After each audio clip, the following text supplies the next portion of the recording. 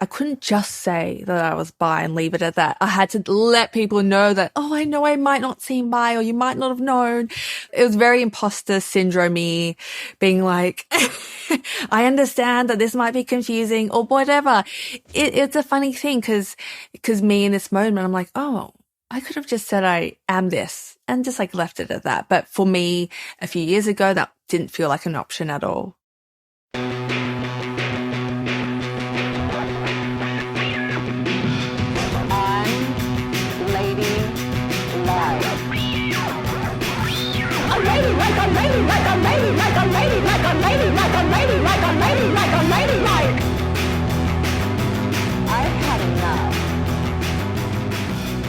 This is Unladylike. I'm Cristen, and today's episode was inspired by two unladies who wrote in separately in a similar space with being bisexual. So both of these unladies are married to men, and in the course of these long-term relationships, they have realized that they are in fact bisexual.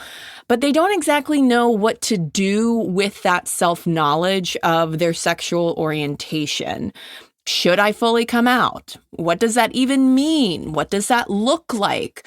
Will it impact my relationships? And I'm also, unladies listening, posing these questions to y'all because I know that at least statistically speaking, there are some of you listening who can absolutely relate. And here's why. The majority of people who identify as bisexual are women. And most of those women do end up partnered with men.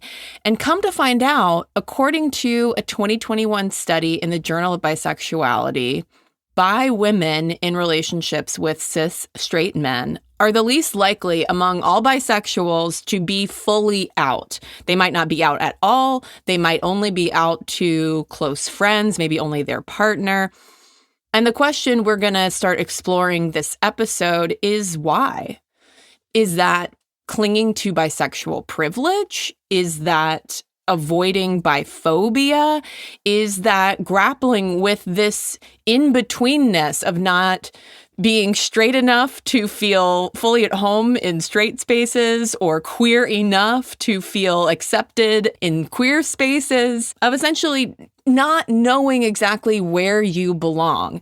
And something that we don't get into this episode, but is an important factor to point out, is how motherhood can also intensify this feeling of invisibility and bisexual erasure. And I also don't want to suggest that bisexuality is exclusive to cisgender women. In fact, in response to last week's episode, I heard from a non-binary unlady who is bisexual, who is kind of dealing with the flip side of what we're exploring today, where they are constantly having to come out, and how cis men in particular are very flummoxed by their sexuality and what that means about their gender.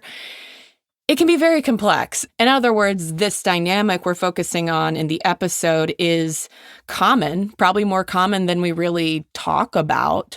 But by no means am I suggesting that it is the universal bisexual experience. I mean, because also that probably doesn't exist, right? And to get into all of this and offer some advice to the two unladies who inspired the episode, I'm talking to someone who has really been going through all of this on their own in the past few years. My name is Maggie Zhou. I'm 24 years old. I live in Melbourne, Australia. That's where I was born and where I've lived my whole life.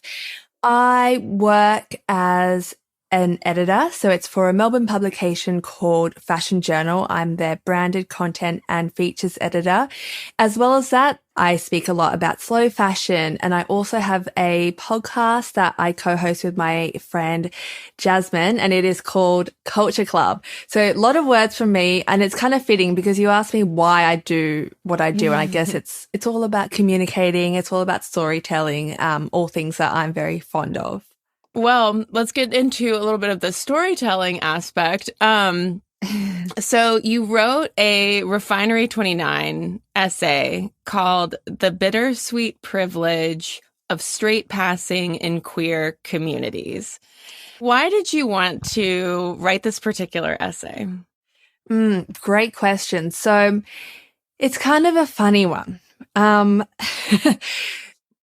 It was around, I would say, in sometime in 2020 when I kind of came to the realization that I am bi. It took me a while to, of course, just figure that out on my own time.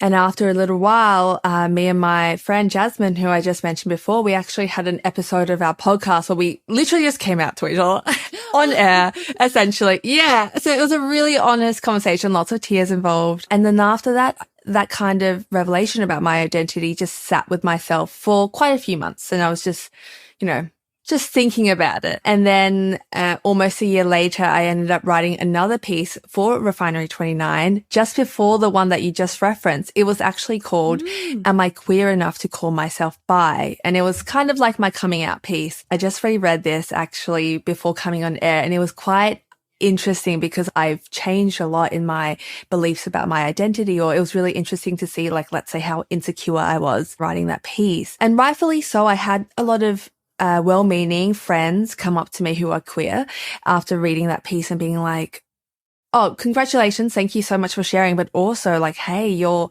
really centering yourself and you've got a lot of privilege in this space being a straight passing person. Of course, there are so many people in our community that aren't afforded that safety. So after sitting with that, a few months later, I wrote the piece that you were talking about. Yeah.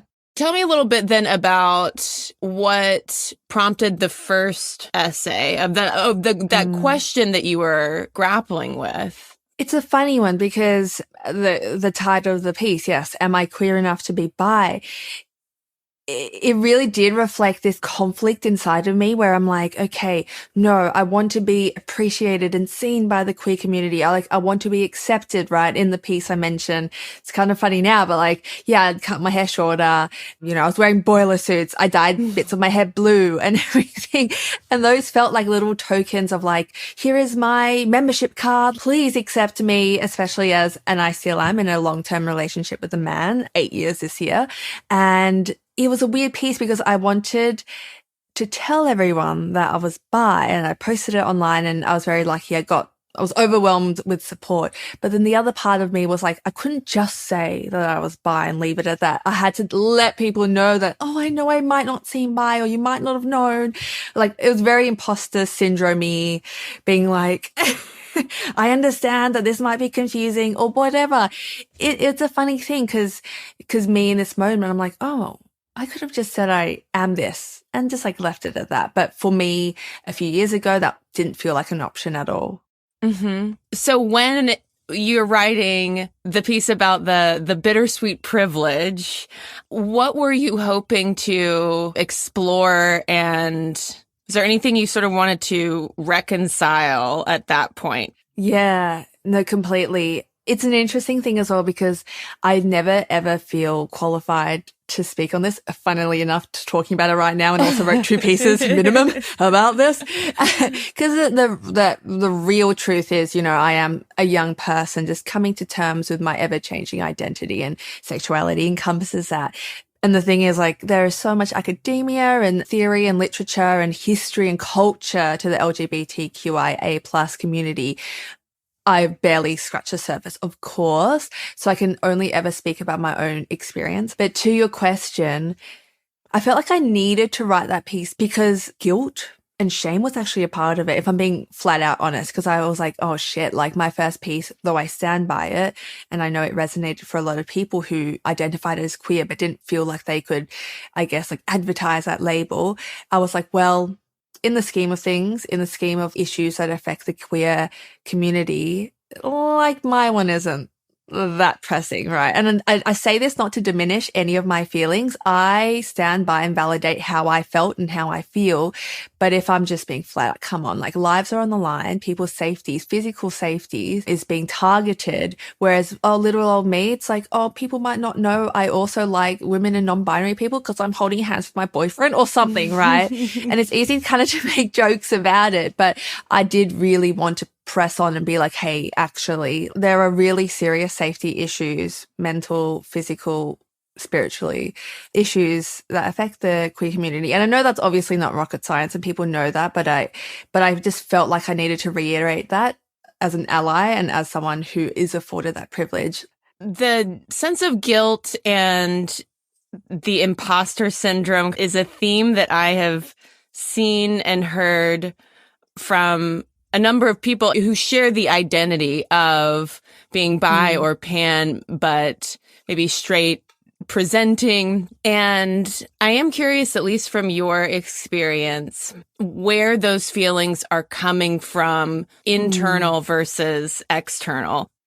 Yeah, great question. Because, like I mentioned, a lot of that feedback I got from my first piece was from the queer community being like, hey, like no queer person is really gatekeeping the community. Like we don't care what you look like. If you say you're queer, we just believe you're queer. Like there's none of that. Right.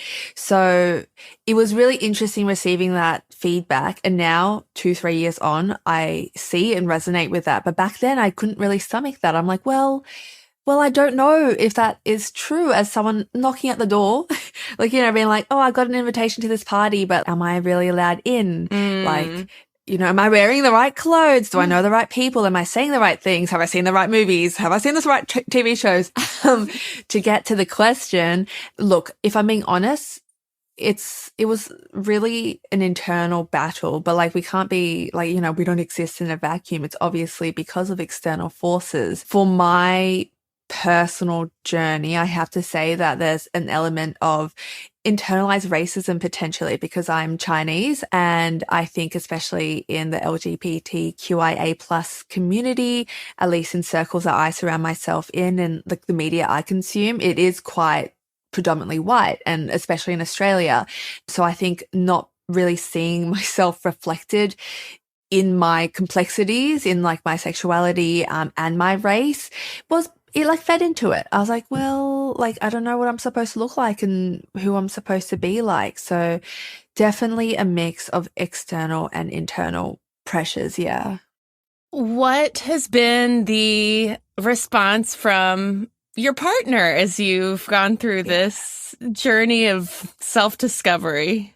Oh, the best. I feel really, really bloody lucky. My partner, Tom, has been my biggest supporter, my biggest cheerleader.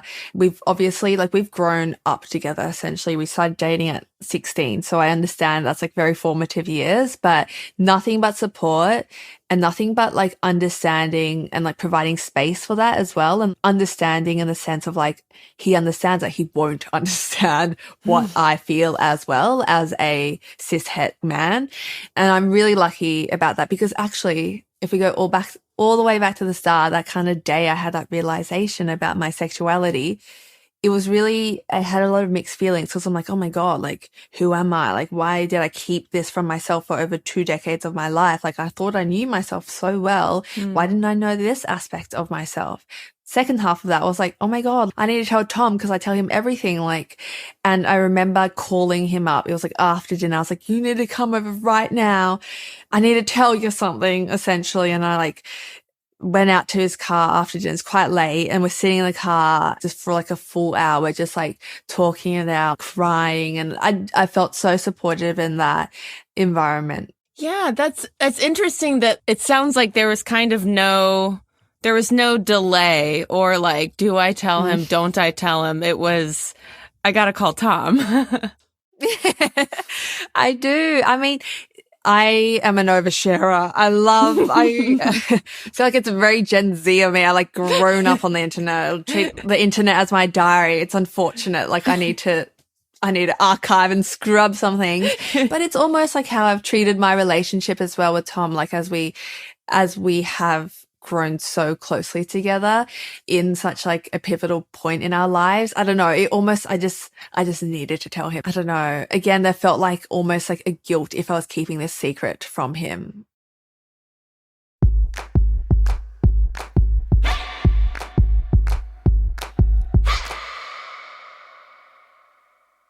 So you open Google Chrome on your phone, you're hunting for a super rare first edition vinyl of a band you're obsessed with when you're supposed to be working.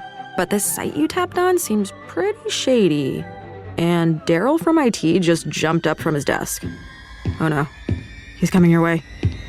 It's a good thing built-in malware protection keeps you safe and sound. Not from Daryl, though. Sorry. There's no place like Chrome. Download Google Chrome on your phone. Priceline presents Go to Your Happy Price. What's up? It's Kaylee Cuoco. When it comes to travel, we all have a happy place. You can see yourself already there. It's beautiful. It might be sunny and sandy for some, neon and urban for others, deserts or rainforests or hiking trails. With Priceline, you can get to your happy place for a happy price with deals you really can't find anywhere else. Like up to 60% off select hotels to Costa Rica or 5-star hotels for 2-star prices in Cabo. Go to Priceline.com and travel to your happy place for a happy price. All right, see ya. I'm off to Miami. No, actually, wow, look at that. No, I'm going to Hawaii now. Ooh, Cancun looks nice. You know what? Belize looks pretty nice this time of year. Or, Palm Springs. Go to your happy place for a happy price. Go to your happy price, Priceline.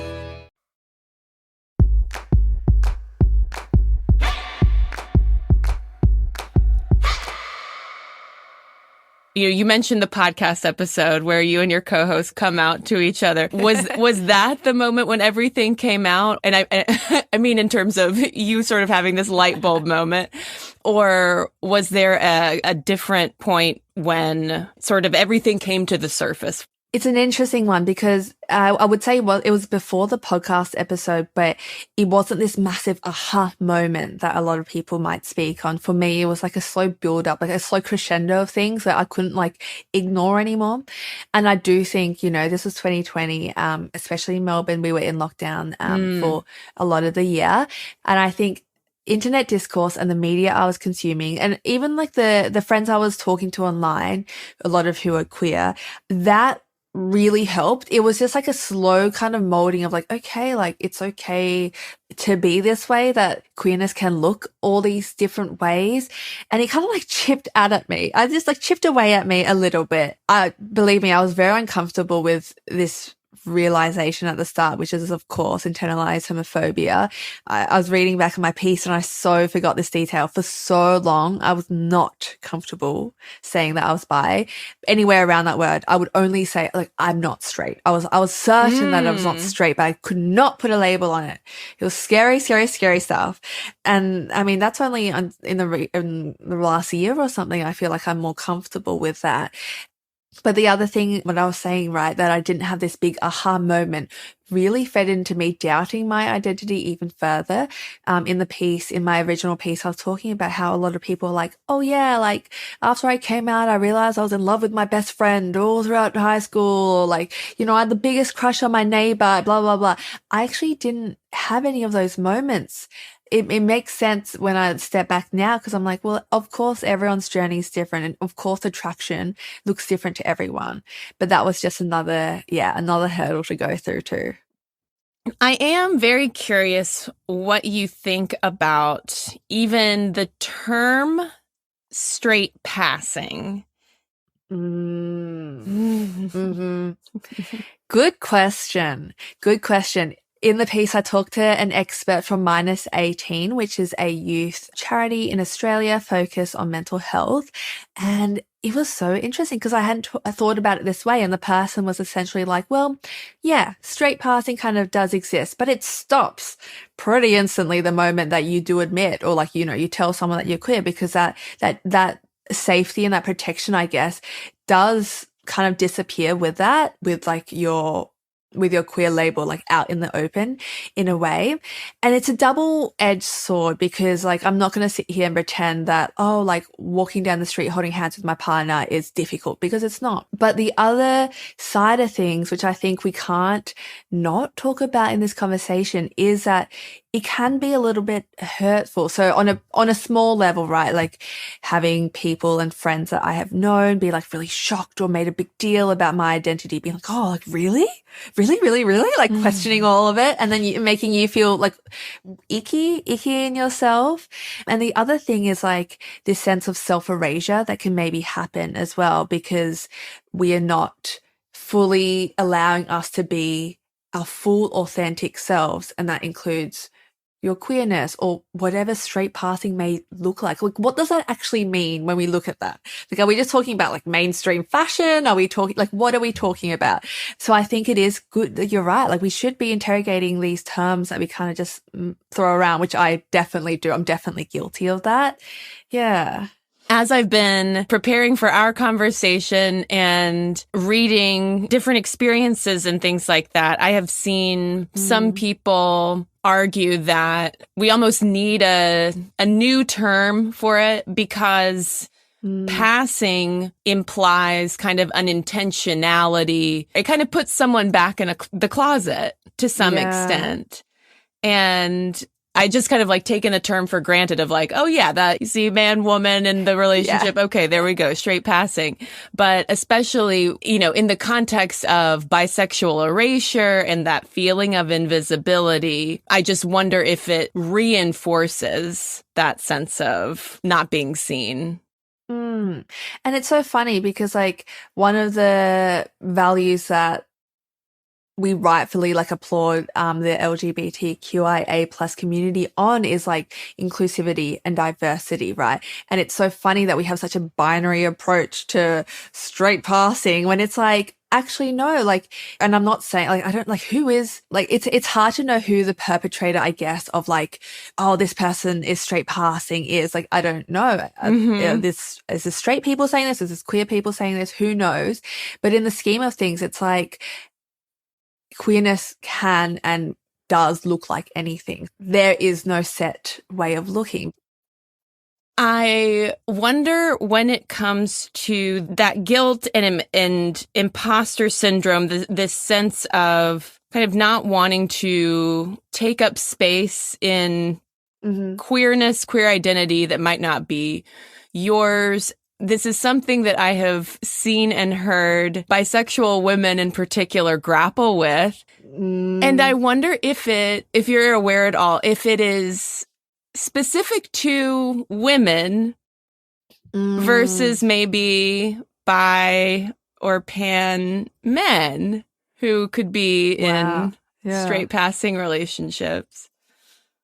Oh my God. That is such a good point. I actually never looked at it that way, but I think that makes so much sense. You're right. It's at a crossroads of so many things. Like, it's quite funny. Have you seen on the internet how like just bisexual people are like the punching bag because, you know, it's always about us. Like, we mention bisexuality and everything, right? Like, there's that thing, there's that trope where we're like super annoying and like attention seeking.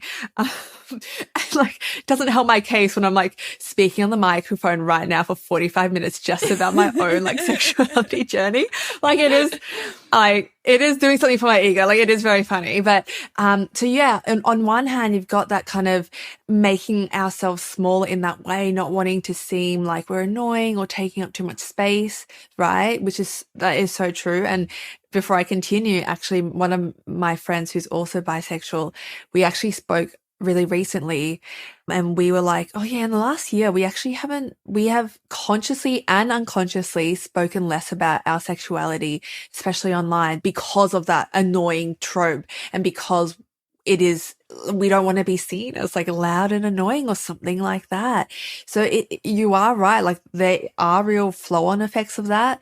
And to your other point about being women, like, of course, especially, I mean, both online and in person, like, we're always told to diminish ourselves, to make ourselves smaller, to take up less space.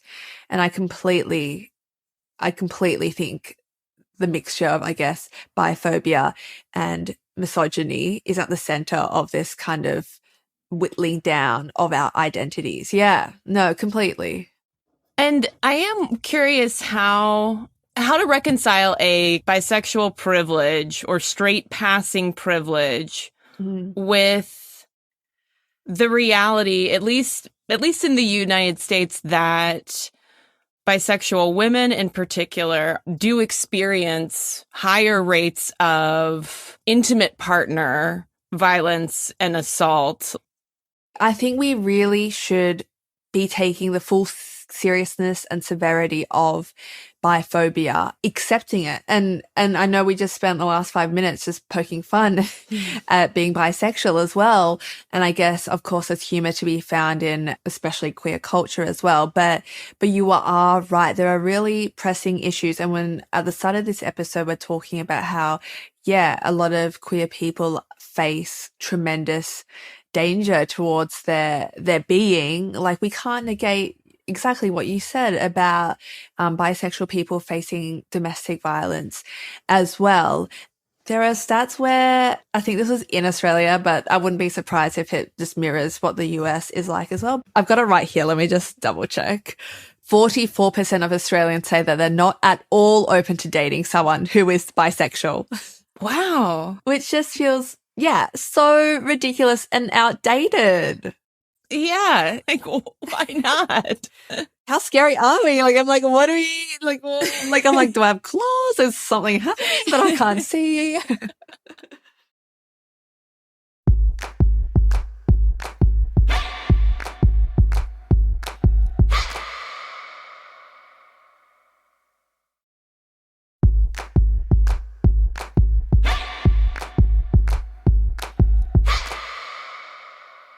I do have a couple of listener questions I would love to ask. All right. This is from a listener who says that she is out to her partner and close friends, but that's it. So she says, since I'm in a relationship with a cisgender man for 10 years now, I pass as straight. And it was only through reading on the internet in my 20s that I realized I can be queer and in what seems like a heterosexual relationship. I also work with girls. I have a daughter. I don't want girls to be as confused as I was as a teen. But should I be out and proud for that? Oh, well, to this listener, congratulations. I'm very glad that, first of all, you've shared this with us and also that you've been on your own journey as well. I mean, I don't know about you, but what comes to my head is that, like, there is no right or wrong. I understand.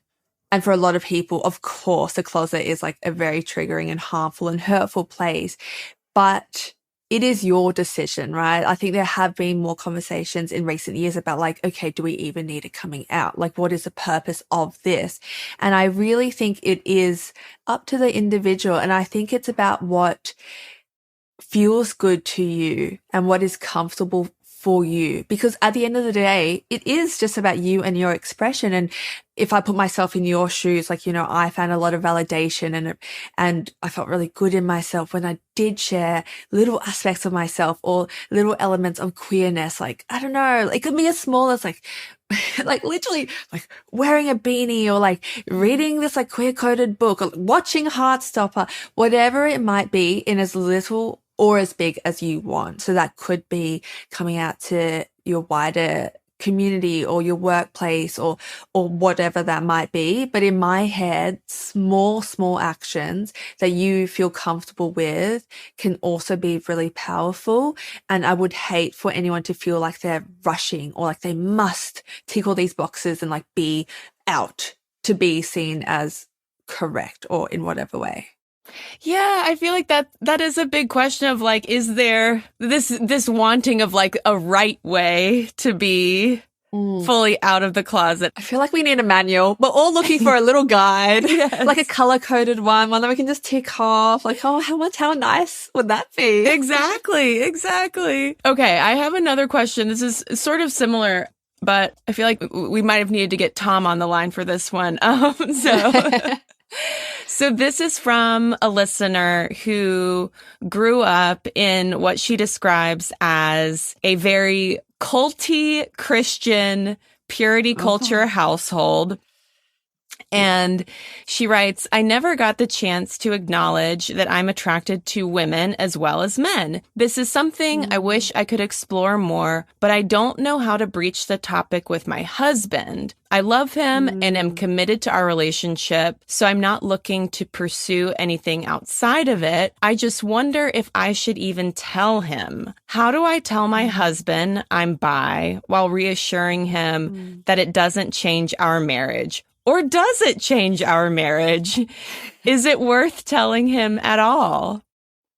This is a big one, hey? Yeah. Oh, God, I need to hear your thoughts on this as well, because my immediate reaction, and yes, it's probably because I'm very naive and like, la, la, la. Like, I understand that my view on relationships is warped by the one relationship I've been on. But in my head, I'm like, you are choosing to spend your life with this person. You've committed to this man to be your husband, right? And in my head, it's like, well, he should accept all of you unconditionally and openly. And when you get married, you surely are accepting that you will continue changing and evolving as a human, right? So it's not like you're bound to each other from like the person you were when you first met and started dating or whatever. I understand I might be a little bit like direct, but in my head, it does seem like it could be a simple thing. It was like, well, you love this man. He loves you. If he is a supportive partner, it should, oh my God, I understand. I'm being very, I feel like I'm being too harsh, but I'll soften it up as well. But why should we settle? Why should we settle if you are not going to spend the rest of your life with someone who doesn't support you? And like literally at the end of the day, we're talking about attraction and love. These are beautiful, beautiful things, right? And as you say yourself, you want to reassure him. It's not like you're like, I want to leave. Like that hasn't changed. What do you think? I mean, ideally, I hope that she does come out to her husband in whatever timeline is right for her. You know, she raises the question of, will this change my marriage? And I think that the answer could be yes in a positive way of coming out to him and being able to share this full aspect of herself and allowing him to accept that. Do you know what I mean? Like the change doesn't necessarily have to be a negative thing at all. Completely. And if it arouses like insecurity in him, well, that's just something that, like relationships, that's going to come up. You get to work on that together as well. Completely. Yeah, that sparks two things for me. So like, the question that at the center of what was sent in is like, yeah, will this change our relationship? But the thing is, there's already been a change in the relationship, like your revelation about your identity. Why not let him in on this? Or at least, you know, it's really loving and sweet to see that you are like the whole question that you've sent in is about his emotions and how he will respond to this. But it's like, actually, what do you want? Like, do you want to share this part of your identity with him as well? And the other thing I want to add as well is, especially as women and especially navigating online life as well, it's really lovely that we are given more permission to explore our identity and talk about our emotions and explore queerness in that way. Like in the last letter that we just talked about, you know, this person discovered that they were bi because of being immersed in these online worlds. And I think that's also, I don't want to call it a privilege, but it is like something that like sense of community that people can find in queerness, and that almost education, right? And that cultural knowledge that's passed down through this isn't always there for men, or I'm sure, of course, there are spaces for this, but I also think, to backtrack on my point where I was just like, he should understand. Well, he hasn't really been given the same safe spaces to kind of understand that. So I would try keep that in mind as well. Yeah. Yeah. My concern about her kind of just keeping it to herself is that turning it into a secret, I feel like opens up the potential for it to create kind of potentially negative ripple effects in the relationship, because you're starting to hold part of yourself, box off this very important part of yourself that could create distance in that relationship. Yeah. And that can build resentment. So I agree. Mm-hmm. Queerness exists in a multitude, a million, a billion different ways. And wherever you find yourself in the journey, in your journey, is actually just exactly right. And it's so fine. I think one thing that sometimes we forget is that in the Q in LGBTQIA plus doesn't just stand for queer, it also stands for questioning. And I think that is really important to kind of give space to that really fucking weird. Can I swear? Yes, yes. I'll just say, okay. Really fucking weird time in your life where you feel like you're battling a lot of emotions and you feel a bit maybe invalidated and I feel a bit confused and I feel a bit scared for which way, for what lies in front of you, what has been passed. And I think just know that is completely normal. A lot of people have also gone through that. And it's actually just all part of it. I look back now and I'm like, God, like, I'm glad I've grown, but like, I just want to give her a hug. I just want to give her a hug.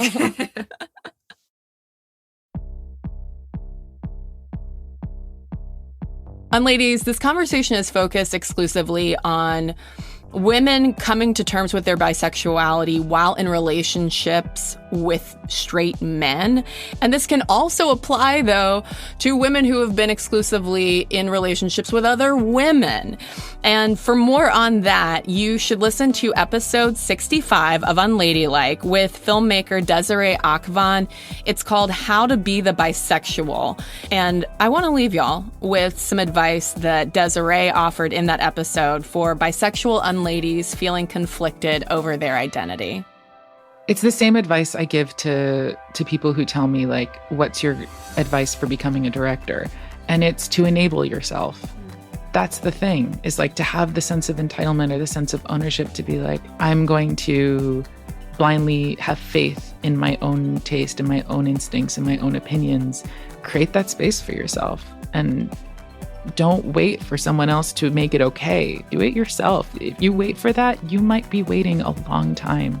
Again, that is from episode 65, How to Be the Bisexual. Back to this episode. Thank you so much to Maggie Zhou for coming on the show and talking to me. Y'all should absolutely follow Maggie on Instagram at YeahMags, which is YeMagz. You can also follow her on TikTok at Maggie_Zhou, which is ZHOU. And listen to her podcast, Culture Club, which Maggie emphasizes is not about Boy George. And something else you can listen to are bonus episodes on the Unladylike Patreon. Recently on the bonus feed, we've been talking convicted fraudster Elizabeth Holmes's newest grift. And no, I'm not calling her Liz. If you want to support Unladylike, if you want to keep Unladylike alive for the long term, the best way to do that is to join the Patreon. Patreon.com/unladylikemedia. The link is also in the description of this episode on your podcast app. It's hyperlinked. You can just smash that link, go over to Patreon and join. $5 a month or more is all it costs to subscribe. You get an extra bonus episode every week, uncut interviews with some of our featured guests, and all of my undying gratitude. And you're going to be getting some exclusive discounts for some brand new Unladylike merch. Keep an eye out on Unladylike socials because new merch is coming your way. To do that, you're going to want to follow Unladylike on Instagram, Twitter, and TikTok at Unladylike Media. Unladylike is an Unladylike Media production, executive produced, written, hosted, and edited by me, Cristen Conger. Mixing and mastering is by Multitude Productions. Our music is by Flamingo Shadow, Amit May Cohen, and Sarah Tudson. Until next week. What is the most unladylike thing about you? I have to just say what first came to my head, which is absolutely disgusting, but we'll roll with it. I am one gassy girl. I am one gassy girl, and I admit it and I own it. It's troublesome, but it's part of me.